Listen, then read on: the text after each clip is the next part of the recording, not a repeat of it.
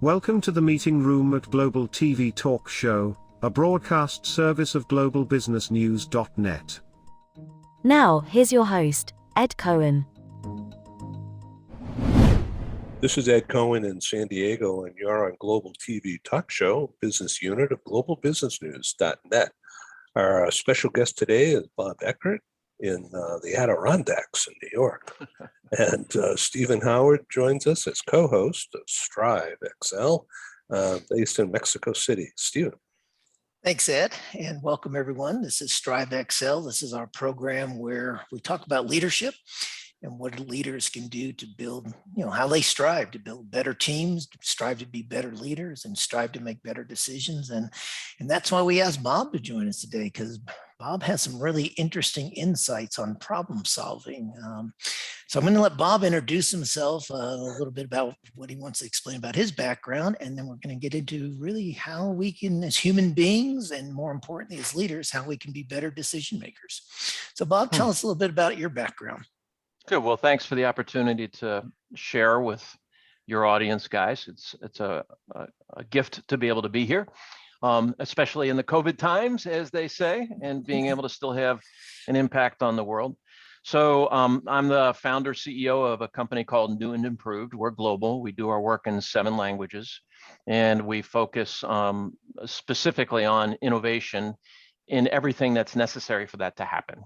So whether that's improving the creative thinking of individuals or the systems dynamics inside of an organization, whatever is necessary to increase the, let's call it the innovative fluency of both an individual and individual leader, or the organization that they support and supports them, hopefully, is the pattern. And I've been doing this work for like 30 years. Before that, I was a therapist and ran drug abuse programs and youth development programs, things like that. But so what I look like, when I'm doing my work, I'm either training people or I'm facilitating meetings where an innovative outcome or needs to occur, a problem needs to be solved, or I'm coaching senior executives to lead a more innovative organization. And then oftentimes these days, as I've been in the field quite a while, we're doing more organizational development consulting. So, helping people figure out what are the systems you put in place to really support people to be creatively collaborative in service of whatever that organization's mission is, whether it's a government, an NGO, or a commercial enterprise. So working remotely is nothing new to you? Well, no. Obviously I get on airplanes and go fly to work. So living where I live, but during COVID, that's just the way it was. And we've been a dispersed business, everybody working from home offices long before it was cool. So, it's just because that's the nature of it. And all of our partners really, in so many ways, New and Improved is a lifestyle business. Pretty much everybody does this because they have a deep passion to foster greater creative collaboration in the world. And but we don't necessarily have to have a deep passion to all be co-located. So and many of my partners are in urban areas and they enjoy the lifestyle in an urban area, and that polymathic mind manifests itself differently where they are, and all of our folks are polymathic. And in my case, I just we operate a tree farm and we have a vacation rental business, and so I get breaks. Earlier today, I was doing electrical work, so took a break from New and Improved and decided I'm going to clean up that wiring in that one location in one of our buildings. So. Oh, that's really cool. I've never known anybody with all those skills in one place. So you just used a word, polyethic, what? Polyethic. Now there would be an interesting word. There's a lot of people are polyethic in this world. Right. That would be like situational ethics, right? Exactly. I agree with everybody. No, polymathic. Most of us are familiar with that term, Renaissance man, or more properly, I think, a Renaissance person. Renaissance man, Renaissance woman. And it's like that, a polymath, and we tend to employ polymaths by intention, even in our vacation rental business and our tree farm business, because people that are polymathic in their experience and thinking style have a broad interest across multiple domains. They'll have some high degree of competency typically in one or three of those domains, so to speak, a few of them, but their interest is across many. So as an example, our tree farm manager for years, she's now off working to try to be a New York State forest ranger, but Chrissy, she came to work for us on the tree farm, working in the property, felling and bucking, and we sell firewood and lumber and things like that, and we produce maple syrup. So she was kind of competent to all that stuff already. But one day we had a problem with one of our websites. We have multiple websites for different purposes, and she says, well, I can fix that. And then she does, and she's writing code. She's not just, WYSIWYGing it. She's actually writing the code to fix the website. And I said, Chrissy, where did you learn to do that? And she said, well, I was just curious about it. I wanted to learn. So, so that's that mind that says, I'm not intimidated by learning a new thing and being poor at it for a while until I have some degree of competency. And so I'll go ahead and learn. And so that's oftentimes the font of some of the most innovative creative solutions that ever come to be, is these polymathic minds working usually in concert with other polymathic minds that they cook up some nice solution. And so, and it's there's a tendency towards polymathism, meaning people, there's a certain preference towards that, but it's also a trainable skill. So that's polymath. That's polymath. You guys probably watched, and many of our listeners probably some point in their life watched Chitty Chitty Bang Bang, the movie. Yeah, right? Dick Van Dyke. Yeah, with Dick Van Dyke, right? And classic polymathic character, right? Interest in multiple domains, and just like Dick Van Dyke, I have a flying car in my garage. Not really, not really, but they're the ones that do that. And it's almost a myth, right? This lone inventor, the crackpot inventor, that kind of myth. But in every case, those are polymathic minds. Da Vinci clearly was a polymathic mind, and what they called back then a Renaissance mind, right? But a Renaissance person. But yeah, and unfortunately, I was just writing about this a little while ago to one of my students that in one of our courses, but that's really not the way that most inventiveness occurs. Most inventiveness occurs by combining multiple minds that are different in their viewpoint into a polymathic blob of multiple minds. And out of that comes the newness that creates value. So A polymathic collective. that's right.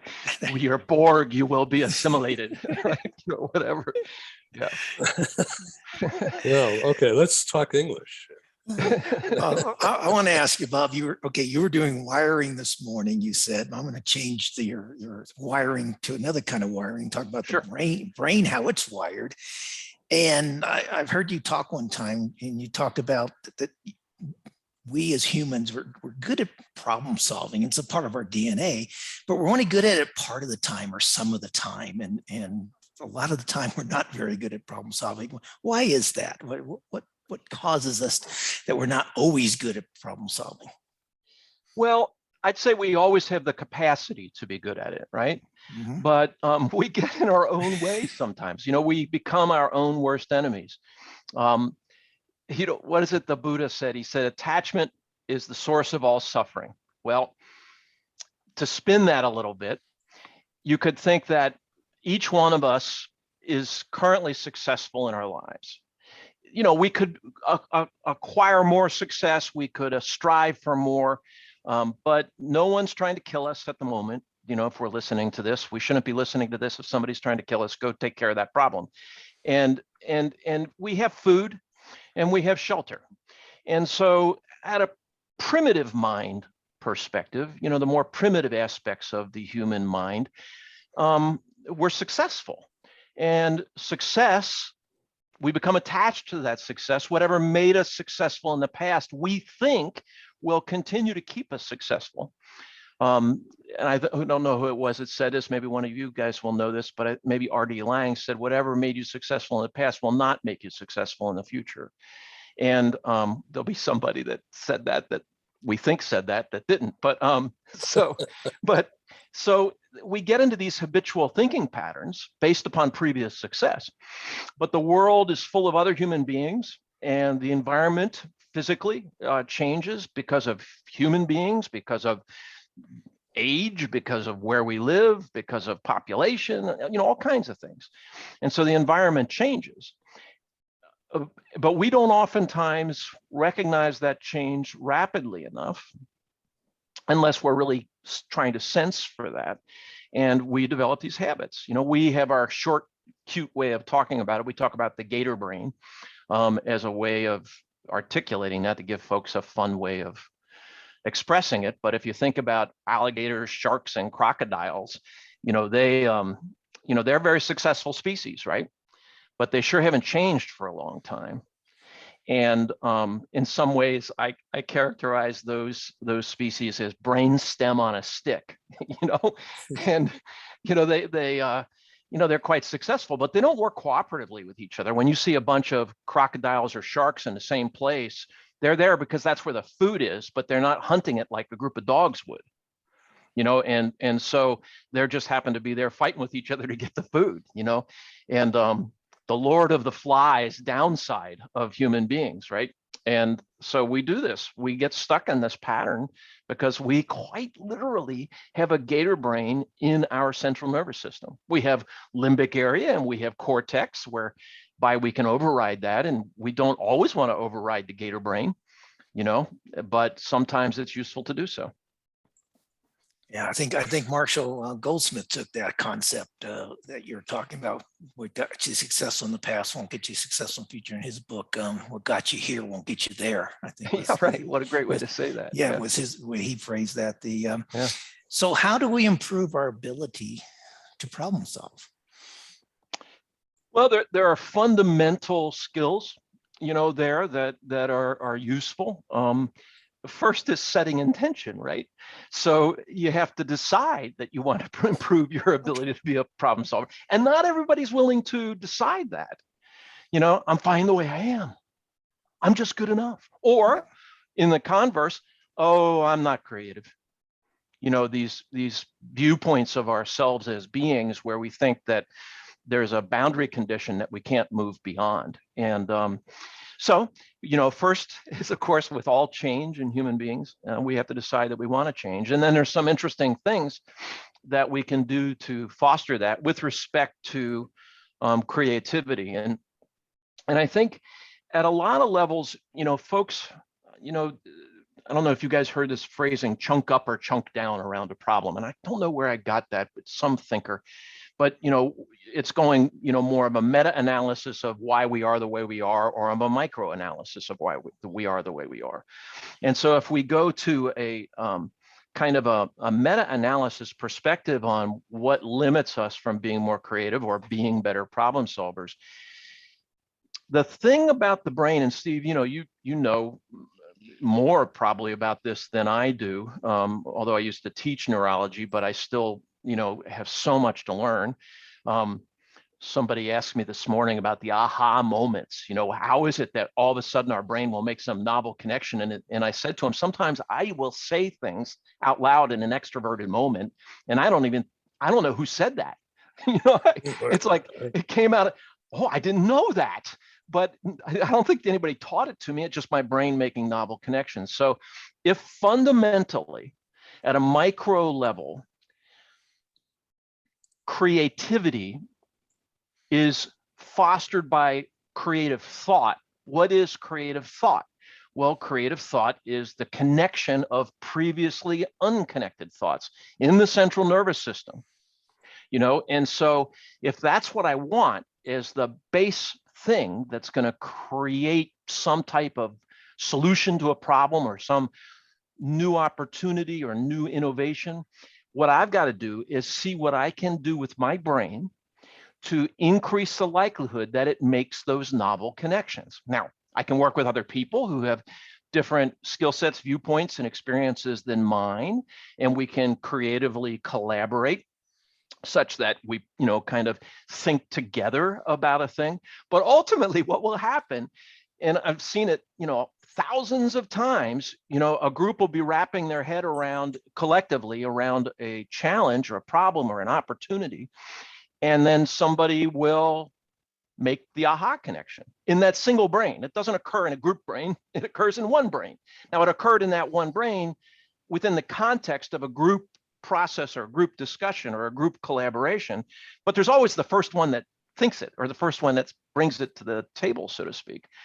So how do I get my brain to make those connections more readily? Well, obviously there's the biopsychosocial model of that, but, so I got to eat right, and I've got to have the base brain function that's good there, but assuming normal health and assuming normal cognitive ability, then the variable is, what am I putting in my brain? Not just the food, but what thoughts are going into my brain, what information is going into my brain, and sorting out. And there comes back to the polymath, right? Because the polymath is going to have interest across a lot of domains. And so you say, okay, so let's see. If I'm curious, then I'm going to be more likely to have new stuff come into my brain. Yeah, I want to be curious, except about that, because that's stupid, and so you can't do that. You have to get to the place where you have some humility to drive that curiosity. The opposite of humility is ego or arrogance. Or arrogance, right? Yeah. And when we're arrogant, we know, we know. And so where there is arrogance, there is no curiosity.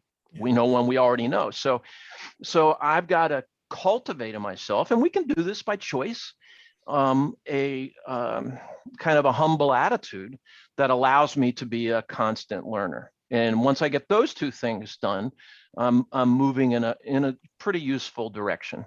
And at a fundamental level, that now, whether I'm working independently in my garage making my flying car, or I'm working in a group trying to solve a sustainability challenge, or I'm in a marketing division trying to figure out what's the best way to sell the new bobble that those guys over in new product development came up with, I'm more likely to make that useful connection because my brain is being well fed, both with food, but with thought, with information, and the ability to make those connections. That's just the beginning, but that's a good starting spot.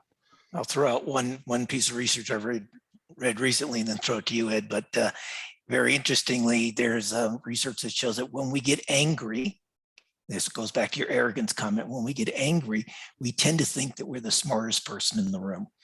And so we discount, seriously, that seems right. So we discount, like we get angry, then we get arrogant, and then we start discounting everything everybody else says. And we've got the best idea and whatever. And it impacts that. It obviously destroys our curiosity, and we don't take anything else in. So I thought I'd share that with, I thought you'd find that interesting. Ed, over to you.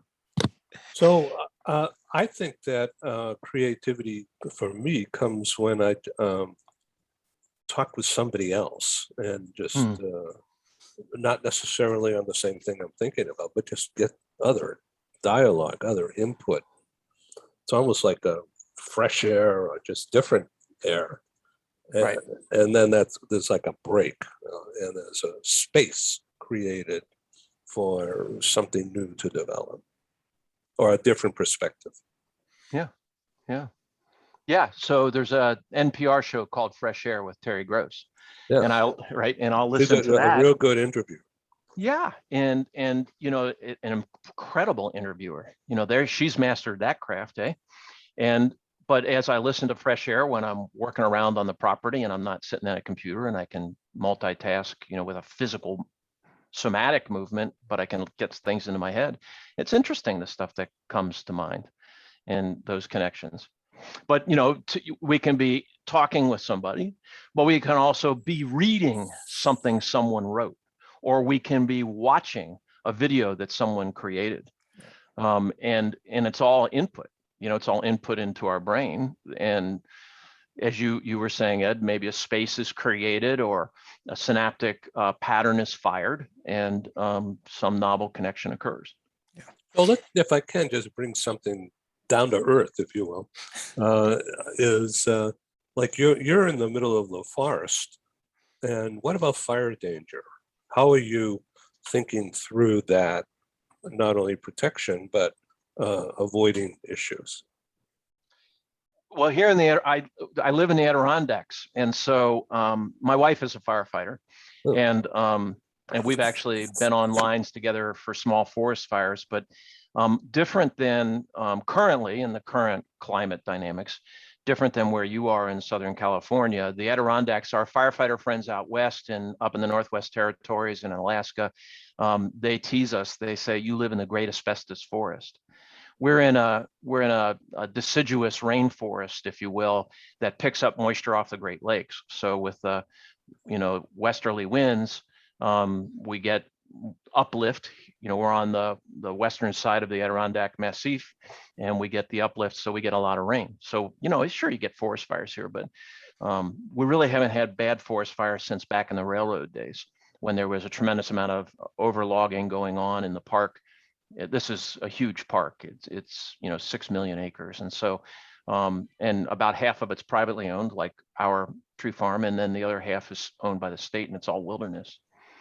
So here it's not as much of an issue. You do as you do in other areas, but you go out into the Black Hills and you can see that they're employing people to do brush piles, and and cover it, and then when the snow comes, they burn the brush piles because they're trying to get rid of forest fuel on the forest. And what we do is we just manage for a healthy forest.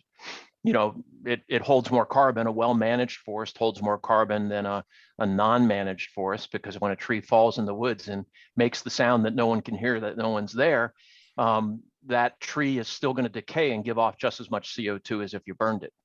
So if you can have a healthy forest that sustains more woody mass, you're holding more carbon. So we work here to drive as big a carbon sink as we possibly can. And we build with wood. We don't build with steel. We build with wood. If you look behind me, you see wood. And this wood was all sustainably harvested in the Adirondacks, much of it on my own property. And so when you build a good building underneath a good roof, you've locked up carbon in that thing for as long as that building lasts. And that's at least a good few hundred years. So fascinating. Wow. Yeah. I'm almost speechless here. Because you're so used to thinking about fire, you mean? No. I'm just wondering about I would think, I didn't know about the juxtaposition of the wind patterns and the Great Lakes, but that's the answer right there. Yeah, exactly. Yeah, cool. Of course, we also got all the acid rain from the Ohio River Valley back in the days of the tall smokestacks in the Ohio River Valley, in their power plants. And because of the winds, emissions. right? The northwest. Yeah, because the winds would come there, and right. And so fortunately, a lot of that's been ameliorated, but that was causing significant damage to our water resource, which was harming the trees. We still have some damage from that. In our sugar bush, our maple syrup operation, there's a dynamic in the maple trees where we see maple decline, which is the very top of the maple tree dies back in ways that it shouldn't. And we were seeing, acidified lakes that couldn't support any life. But that's been largely since '73 and the Clean Air, Clean Water Act, that's been ameliorated significantly. So that's a win for the environment. There you go. Yeah. So I and a went good to creative problem solving, Yeah. Yeah. So I went to college in central Massachusetts, and a couple of buddies said, "Oh, let's go skiing at Stowe, Vermont," right? Mm-hmm. So surely we could have gone to Mount Snow or something closer, but we decided to go 5 hours. At that time, there weren't any freeways. But we went up whatever road that was by Dartmouth, and then up through Vermont, Killington, and north. But the weather up there, because of the way Stowe Mountain, I forget the name of the mountain, but it was right near Lake Champlain, and Mhm. was on the other side. And so when Western the side of Lake wind, Champlain. yeah, Yeah. so when the winds came, that Stowe got huge amounts of Yeah. snow, not ice, whereas mountains up further south got all the ice. It was just lousy skiing. But up Mhm. top there, it takes forever to get up there, but it was really worth it. Yeah. Because Yeah. and the whole geography thing is where it's at. Yeah, it'll be interesting to see, the next generation, like my children or maybe my grandchildren, um, where will we live as a species? We're kind of a little too late, it seems like, on the global climate change dynamic. And so we're going to have some significant displacement. So where will we live? I know Where what's will going we to live? happen to Miami Beach. Yeah. It's going to be Yeah. Miami Ocean, and all Yeah. those It'll be, billion dollar buildings are going yeah. to I can hear float my away. son saying to his grandchildren, when I was a boy, so, right. Yeah. So about decision making, how come in a normal business environment, uh, you can't see the forest through the trees? You can't see things clearly enough to tie make the dots happen. What happens? Well, I'm not sure that that we can't see the right decision. I think that all these things, there are no simple answers. Business decisions are very complex things to take into account. And so more than saying why we don't do it right, I'm more focused on how we do it righter, how we do it more correctly. And when I work with executives who seem to get this a little bit more, they they will carve out a certain amount of the organization's flow to allow for some prototypey risky things. They'll try some risky things, and not too much.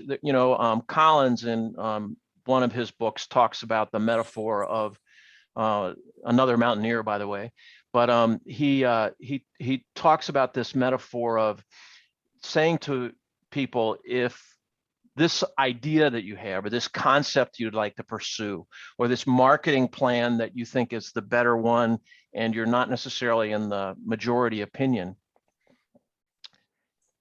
if it fails, will it put a hole above or below the water line of the boat? And if it puts a hole above the water line and it's not going to sink the ship, I, as an executive, am going to take some level of experimental risk to try some of those things out.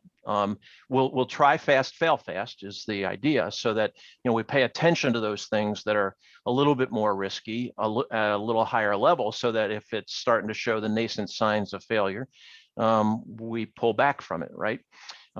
Before that hole gets too large, and while we can still patch it. But if it's the kind of risk that's going to sink our boat, well, we're not going to take that risk. And a good executive is going to be thinking in those terms. Because if you don't do it that way, if you just say, no, I don't want any failure in this organization, well, you'll have one big failure. And that one big failure will be when the competitive sets around you find some way to outcompete you because they're running small experiments. And the business literature is filled with stories of the gigantic company that got itself arrogant.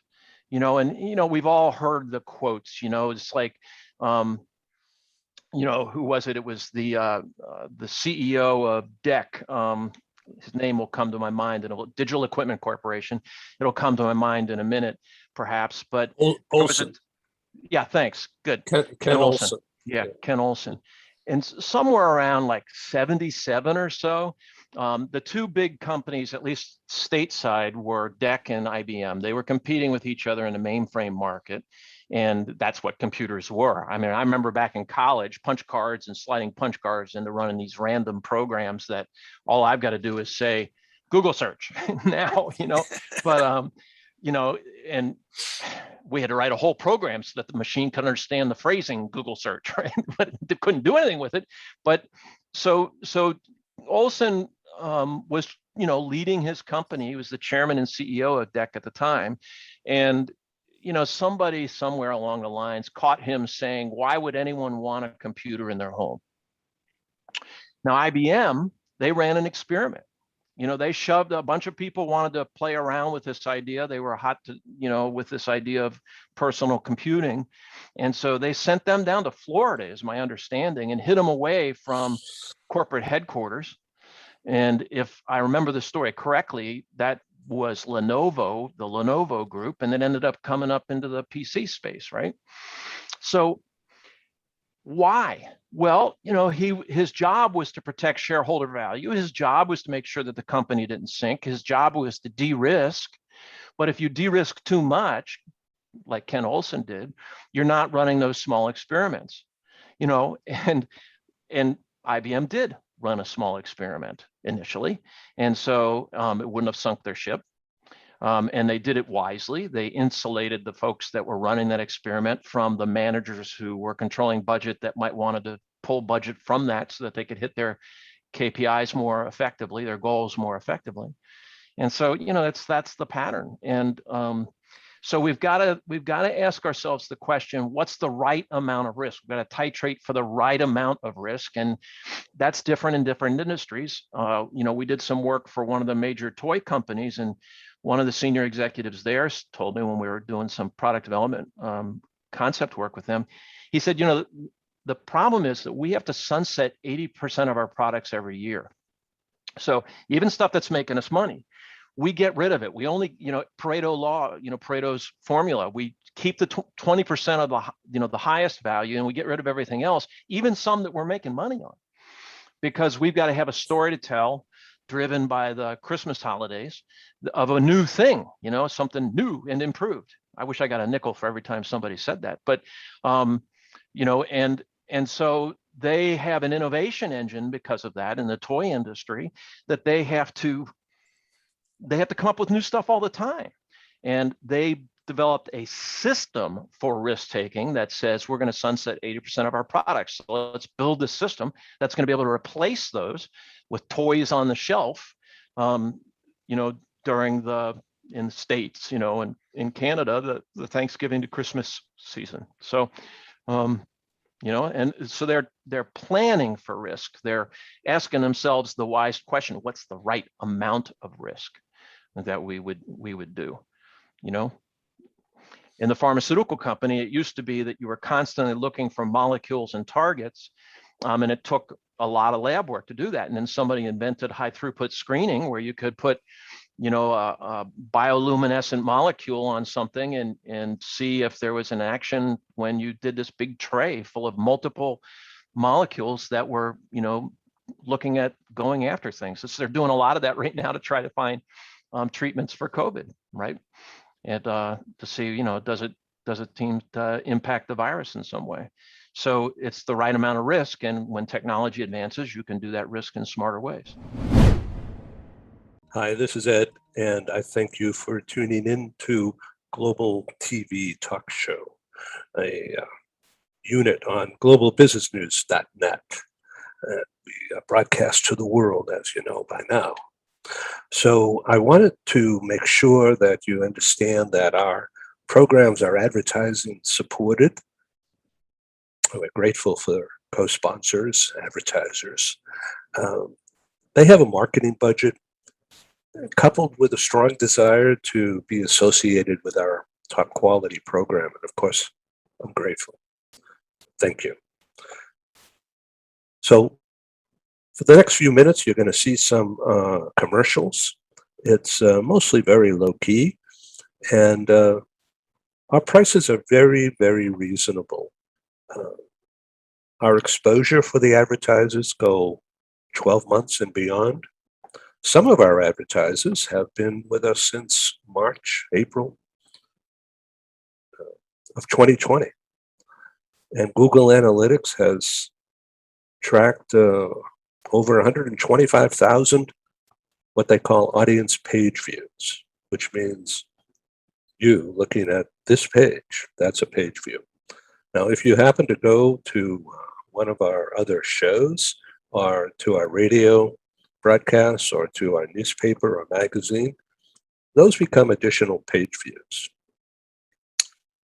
as measured by Google Analytics. And so when they say 125,000 since spring of 2020 up through Labor Day, a month ago, that's pretty good numbers.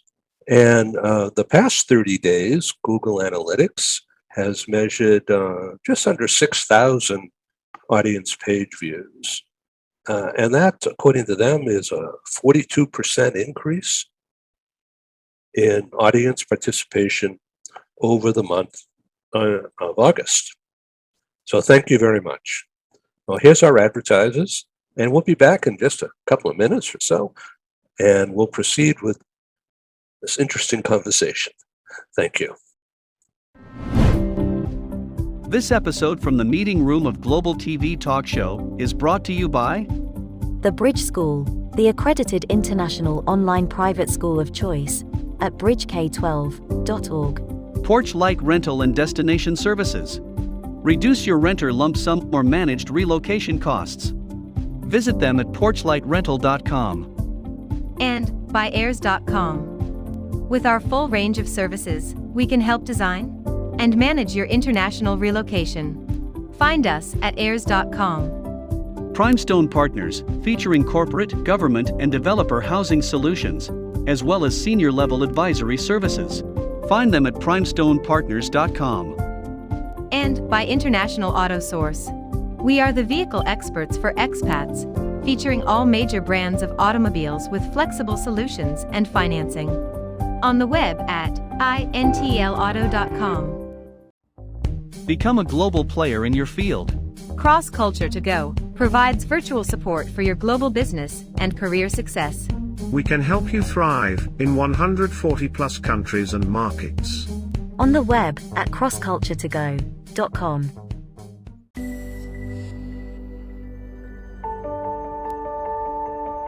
Something that's really neat is that the Bridge School partners with various organizations to provide learning for their students.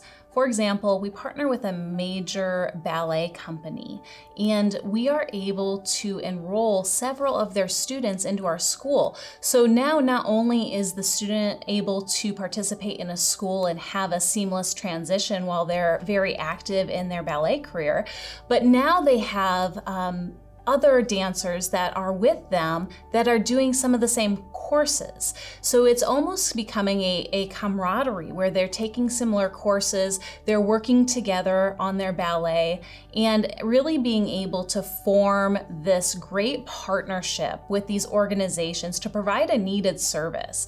A lot of times there are student athletes who will spend hours and hours at the gym or at the basketball courts, wherever it is. And if they're attending a traditional school, they're in school from 8 to 3. They get a quick snack, and then they're at the gym for 3 to 4 hours in the evening.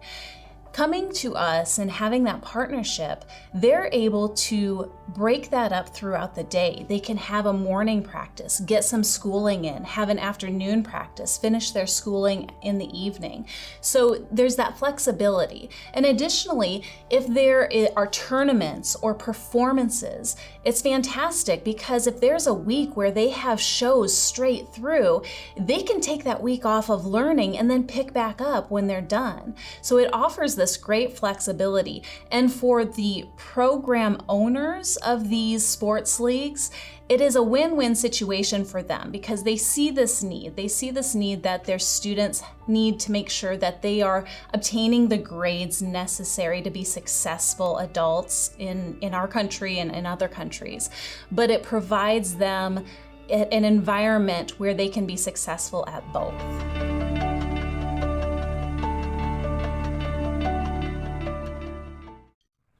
Hi, I'm Sergey Gorbatov. I'm Angela Lane. Together we are researchers, writers and practitioners in the field of human resources. And we've also been multi-country, multi-assignment career expats. We owe our professional development and growth to a very large extent to the international assignment opportunities that we have had. But in a world where distributed work may become the norm, we also want to understand what will happen to the nature, duration, and purpose of international assignments. Together with our colleague, Julian Dalzell from the University of South Carolina, we're undertaking a study on the future of expatriation. And we'd value your contribution. You can participate in this important study by completing a simple 10-minute questionnaire. Access the questionnaire by typing in your browser tinyurl.com/expert study. That's tinyurl.com/expert study. You can also find the link here on Ed's website next to this video. Thank you for joining us in this study. In return for your contribution, we'll provide you with a copy of our research. And of course, you'll be invited to an exclusive webinar hosted by Ed, where we will share our findings right here on Global Business News. And so please go to tinyurl.com/expat study. Take the survey so that we can better understand the future of expatriation. Yeah. So Bob, you've got a model for problem solving, and I think you even have a masterclass that people can kind of access and get a insight into your thinking. Can you just share with the audience just a quick overview of your model or a couple of the key steps and how they access that what you call a masterclass? Sure.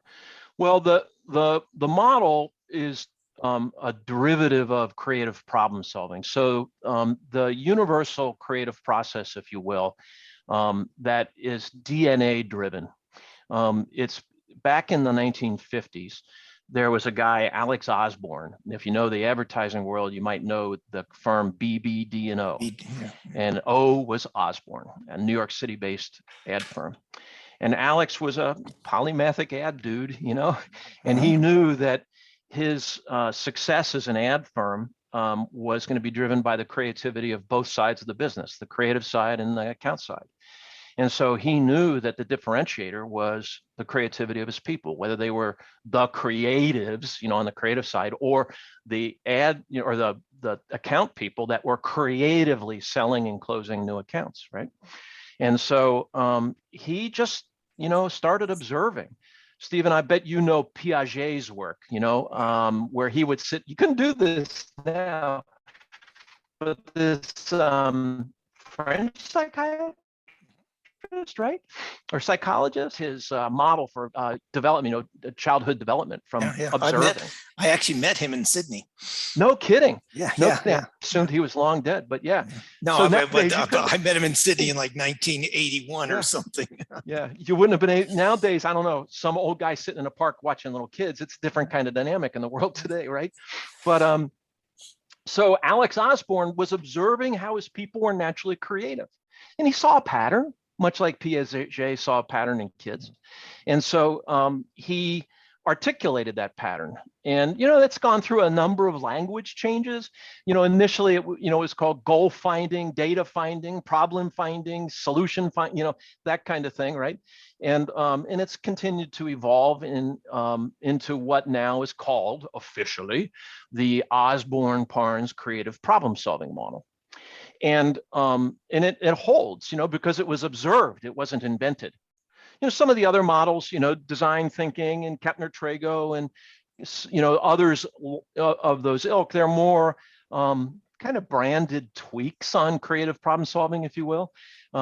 Just market differentiation, we'll call it something else and it'll do this other thing. So, I'm a research guy, so I tend to want to go down the one that's got the research on it. So creative problem solving, properly 6 steps, and I think there should be a 7th with some wisdom that comes from the Lean Six Sigma place. But it's essentially you identify some goal or wish that you have, that you'd like, some intention that you have, and then you got to learn about the domain. And then that's the 2nd step, is to gather data or insight about that goal or that wish.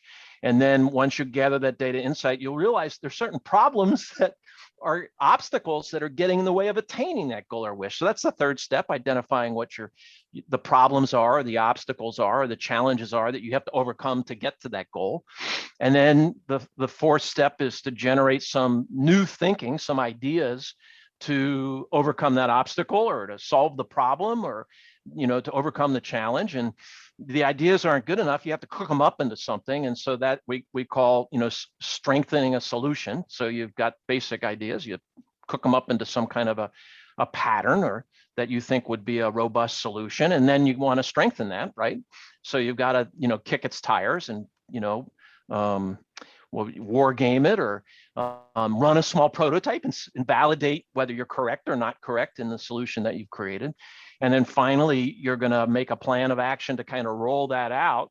And then I think the seventh step should be, from my experience as a facilitator, is that you've got to, actually implement and evaluate whether that's continuing to be so. So for instance, like with McDonald's, the idea of quick serve restaurants where you could kind of production line your food.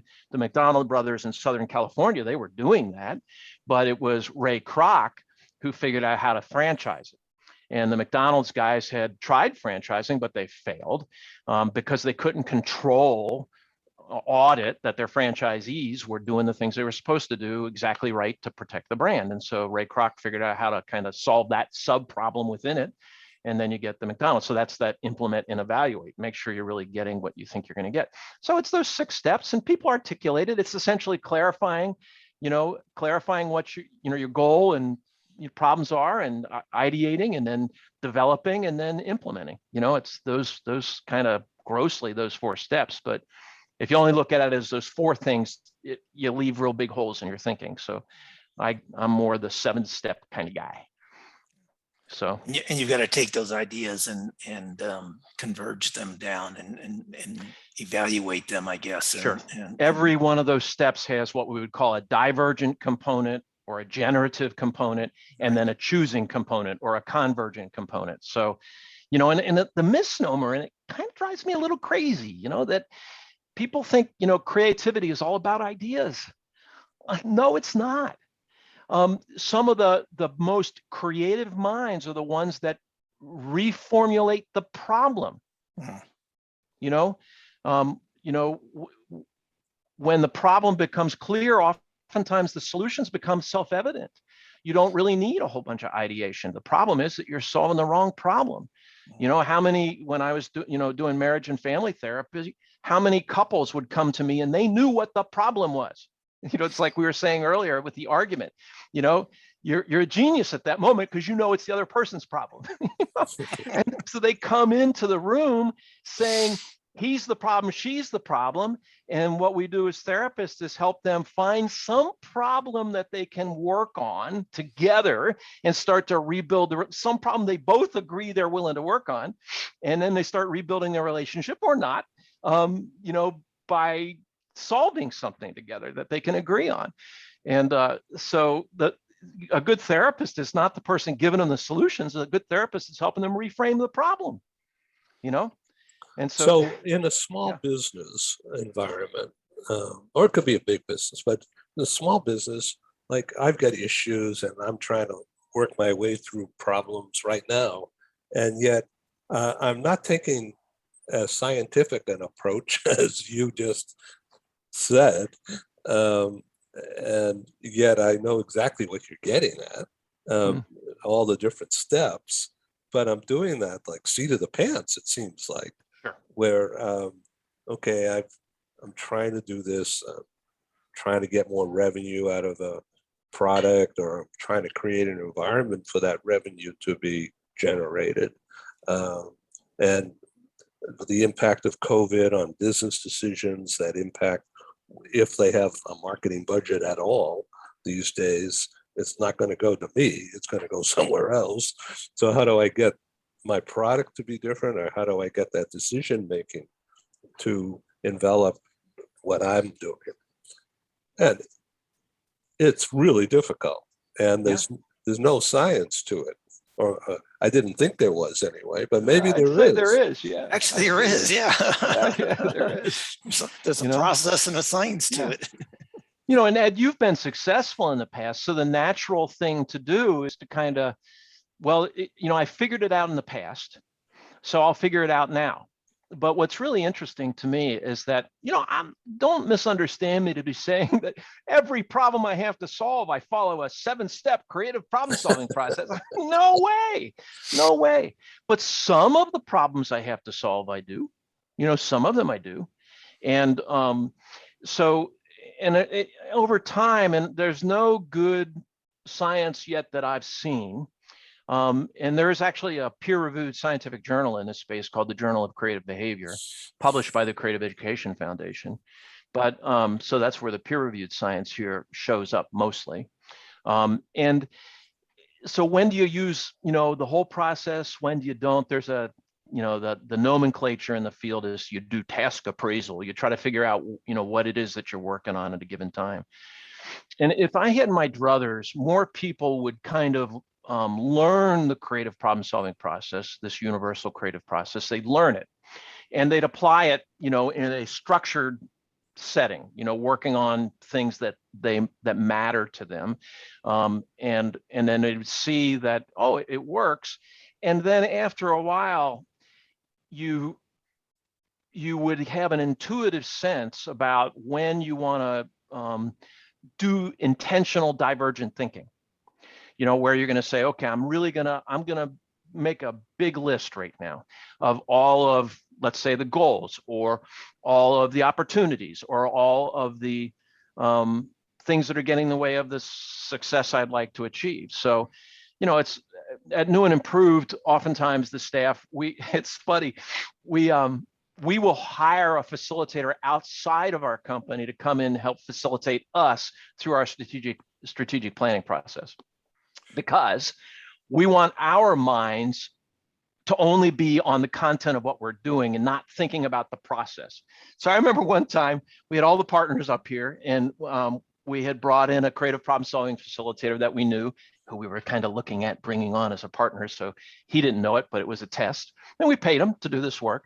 And at one point, we got very excited about something that, we were some shiny object. And Shane says, how, it's funny, facilitator question, he says, how does this fit with last year's strategic plan? And, we've all experienced the moments of, oh no, we shouldn't be doing this. And, we all immediately knew this is stupid. It's really shiny. It's really pretty, but we should not do this.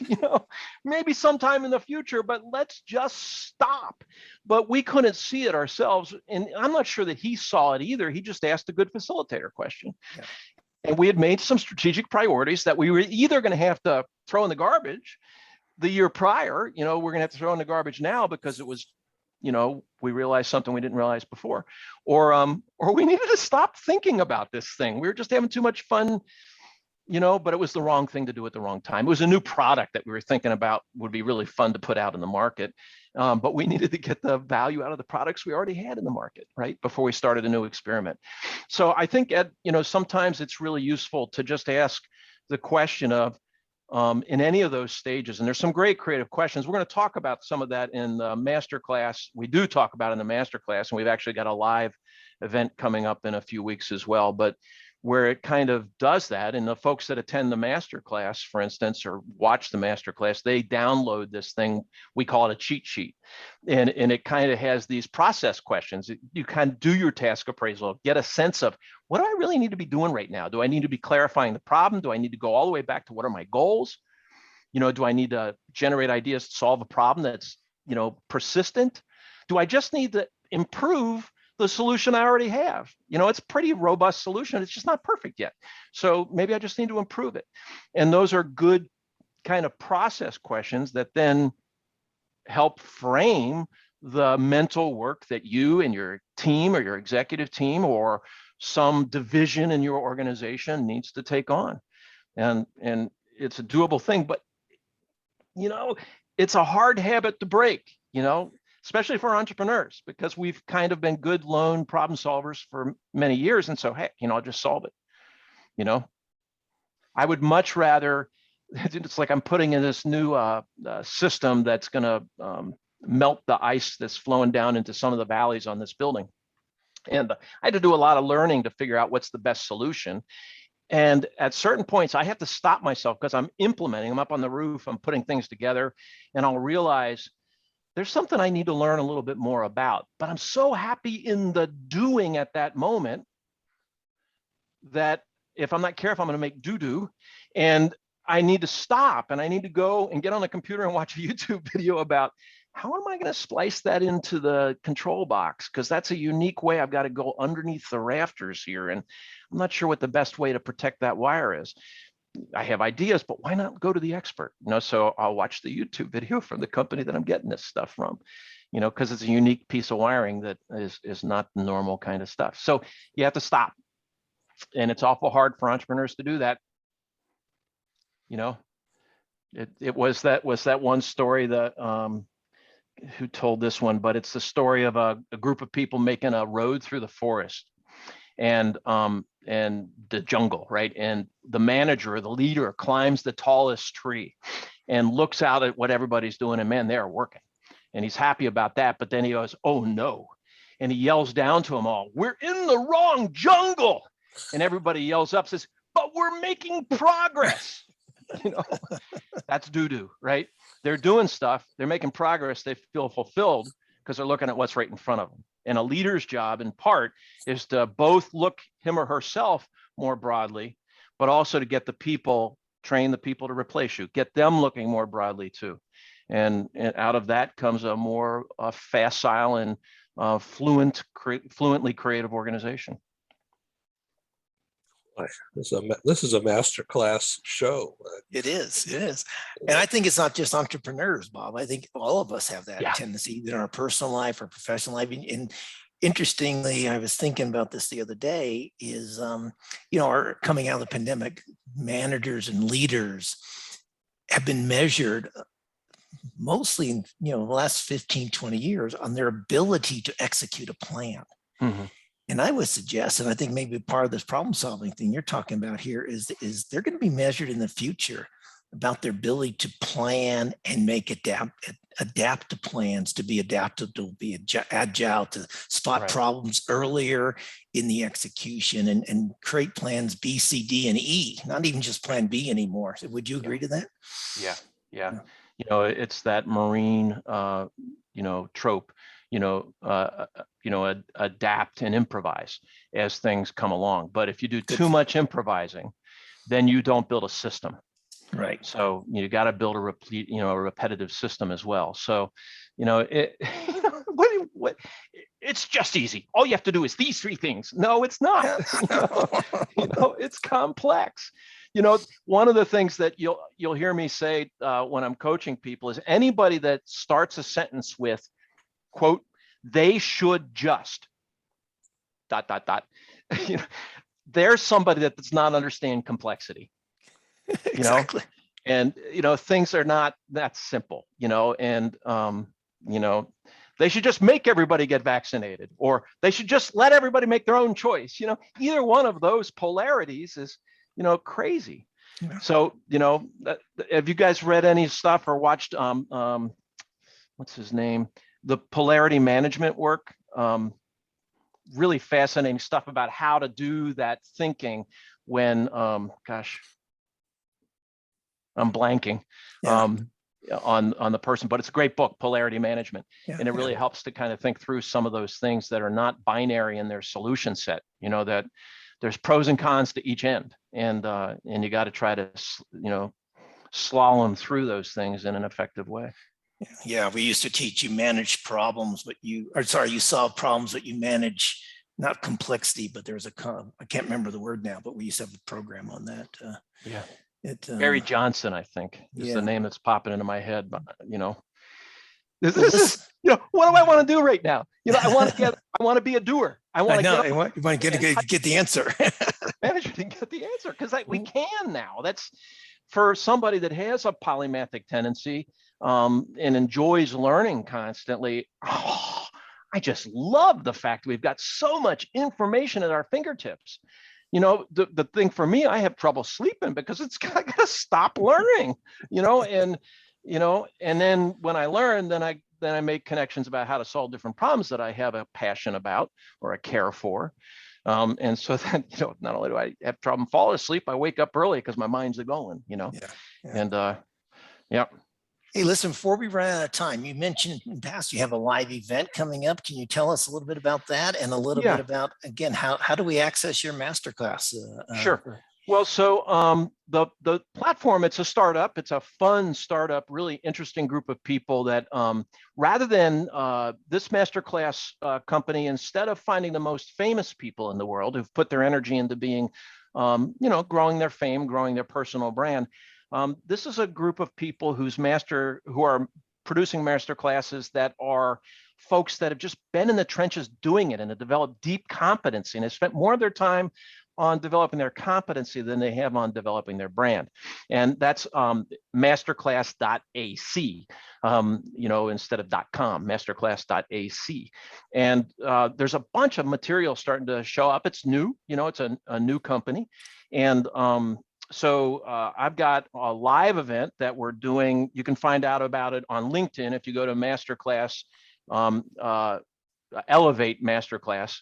It's not masterclass.ac. I'm sorry. It's elevate.ac. Oh, the brain's firing too quick. There we go. Elevate. There we go. .ac. Elevate.ac. And if you go to the Elevate Masterclass page on LinkedIn, you'll see the events that are there, and multiple folks are doing really interesting events. One's coming up next week that I'm really excited around strategic planning specific for crisis and disaster management. And then mine's like 3 weeks later. So that's really going to look at building a sustained culture of innovation, how you go about doing that. And then the masterclass itself, you can access on the platform at Elevate AC.